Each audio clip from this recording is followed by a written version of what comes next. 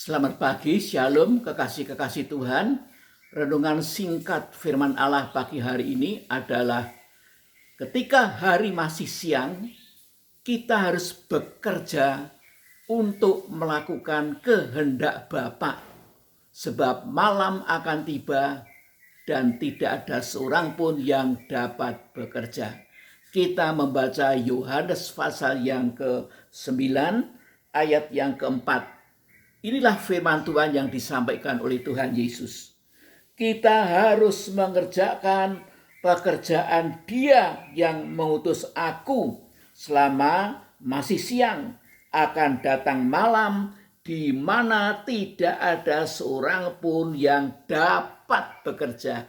Tidak ada seorang pun yang dapat bekerja. Inilah perintah Tuhan, yaitu kita harus mengerjakan pekerjaan Dia yang mengutus Yesus, yaitu pekerjaan Bapa.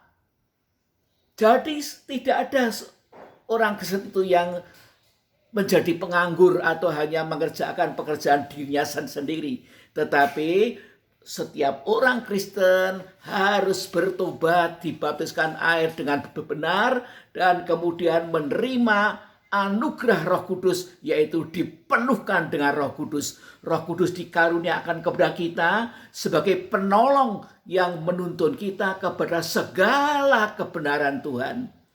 Dan kehendak Bapa itu merupakan kebenaran Tuhan. Kehendak Bapa dalam segenap aspek hidup kita, kehendak Bapa dalam hidup nikah dan rumah tangga kita, kehendak Bapa dalam mendidik dan membesarkan anak-anak kita, kehendak Bapa dalam pelayanan kita kepada sesama dan kepada Tuhan. Puji nama Tuhan. Haleluya. Oleh karena itu sekarang kita harus bangkit, banyak berdoa minta dipenuhkan Roh Kudus dan menjadi domba yang baik, yang setia dan benar, supaya kita dapat menangkap suara Sang Gembala. Puji nama Tuhan, yaitu Sang Gembala Agung Yesus selalu menyatakan kehendak Bapa dalam segenap aspek kehidupan kita atau dalam perkara-perkara yang sedang kita hadapi. Puji nama Tuhan, sebab dikatakan, haleluya, selama hari masih siang akan datang malam di mana tidak ada seorang pun yang dapat bekerja. Tidak ada seorang pun. Yang dimaksud akan datang malam ini adalah 7 tahun masa sengsara yang besar. Sebelum Yesus datang yang kedua kali yang dapat dilihat oleh setiap mata manusia, dunia akan masuk ke dalam 7 tahun sengsara besar. Satu sengsara yang belum pernah terjadi sejak Tuhan itu menciptakan manusia. Kita akan membaca Injil Matius pasal yang ke-24 ayat 21 dan 22.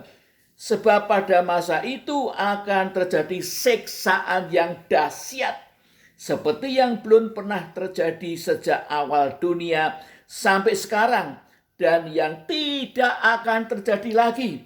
Dan sekiranya waktunya tidak dipersingkat, maka dari segala yang hidup tidak akan ada yang selamat.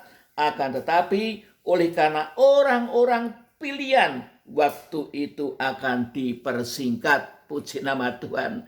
Banyak yang dipanggil untuk percaya dan terima Yesus, tetapi sedikit yang dipilih, sebab yang dipilih itu yang mengasihi Tuhan dan melakukan kehendak Bapa yang di surga. Puji nama Tuhan. Waktunya dipersingkat oleh Tuhan hanya 7 tahun saja. Dalam 7 tahun itu dunia akan diliputi berbagai macam malapetaka, peperangan, bela sampar, kelaparan, bencana alam, dan sebagainya. Tetapi oleh karena orang pilihan, waktu itu dipersingkat hanya 7 tahun saja. Puji nama Tuhan, orang-orang pilihan Tuhan tentu akan diselamatkan dari murka Allah. Puji Tuhan, haleluya.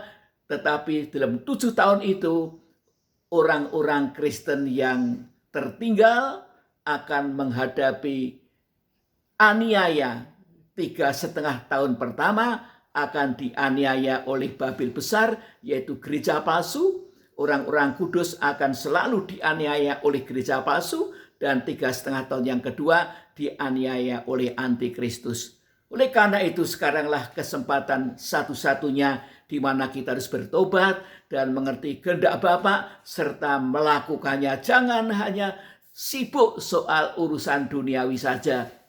Puji nama Tuhan, sebab waktu berjalan terus dan tiba-tiba akan datanglah hal yang gelap itu, malam akan tiba.